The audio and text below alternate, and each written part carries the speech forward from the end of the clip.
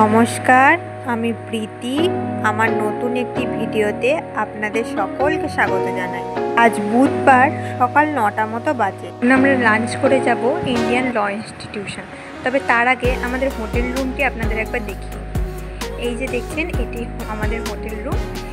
এখানে একটি বেড আছে আর তার পাশে আছে একটি ছোট্ট সাইড বেড, আর ঠিক তার সামনেই আছে একটি টিভি ক্যাবিনেট, আর তার পাশে রয়েছে একটি আয়না, আর ঠিক তার সামনে রয়েছে আমাদের ওয়াশরুমটি, আর তার সামনে একটি জানলা, আর তার নিচে এসি। এই ছিল আমাদের 5 দিনের ঠিকানা।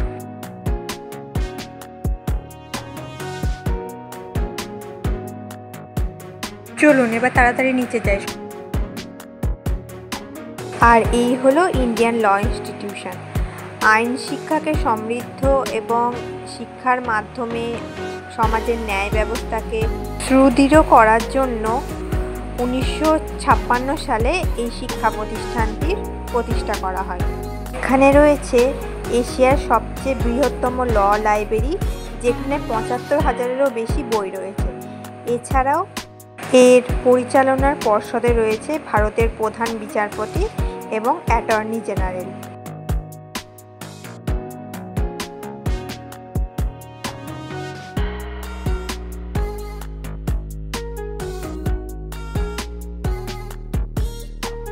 চলুন এবার আমরা এগিয়ে যাই আমাদের পরবর্তী গন্তব্যের দিকে, ন্যাশনাল হিউম্যান রাইটস কমিশন।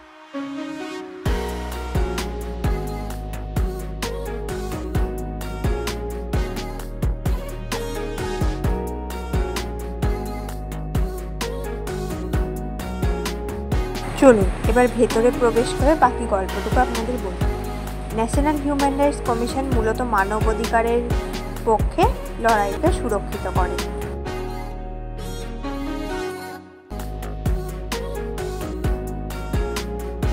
চলুন, এখন বিকেল 6:30 মতো বাজে, হয়ে গিয়েছে আমাদের ন্যাশনাল হিউম্যান রাইটস কমিশনের মিটিং।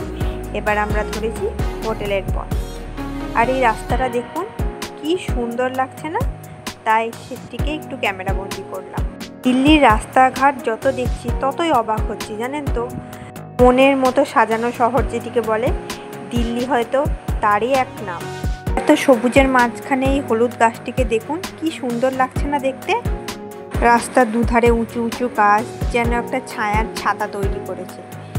এছাড়াও মাঝে রাস্তার ধারে ফোয়ারাগুলিও যেন শহরের কোলাহলের মধ্যে একটা শান্তির অনুভব এনে দিচ্ছে।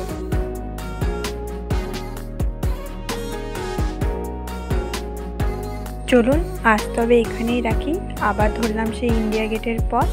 সকলে সুস্থ থাকবেন, ভালো থাকবেন। দেখা হবে পরের একটি ভিডিওতে।